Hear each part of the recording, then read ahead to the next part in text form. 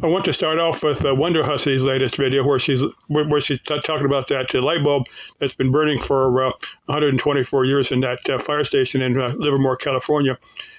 That bulb doesn't look like it's full bright. I'm guessing the bulb was actually built for a higher voltage. Now, early on, there wasn't any real standard to voltages or our line frequencies. Today, here in the U.S., 120, 240, 60 hertz is pretty common. A lot of the world uses 50 hertz power. One time it was 25 hertz. I'm gonna tell that story another time. That's something my father told me when from when he was a kid, and they used 25 hertz, 25 cycle power. Now, I think Michael Faraday was playing around with batteries back in the 1700s. They didn't really start wiring houses up till the late 1800s. Now, early on, Edison believed in direct current. Direct current's good for some stuff, like for cars, but direct current, you could wire a house up for, if you had like 12 volt solar panels, you could have like all 12 volt stuff. Because I thought of doing it, and just maybe run an inverter just for maybe a fridge or something.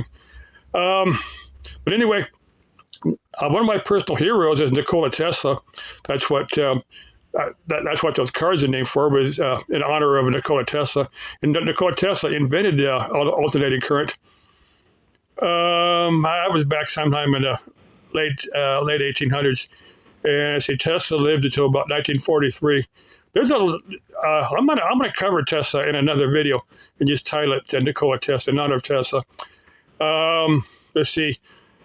I think that bulb was probably originally designed for higher voltage, and it's and I'm sure it's wired for 100. I'm sure there's 120 volts going to it, and it's lasted so long because it's operating at lower voltage. That would be my guess. I wonder if the actual voltage is actually stamped on the bulb. They used to do that on the incandescent bulbs. They would have on the very top the wattage and the voltage. Next thing I want to cover. Now, I wonder how many chicks prefer to get on top over the missionary position.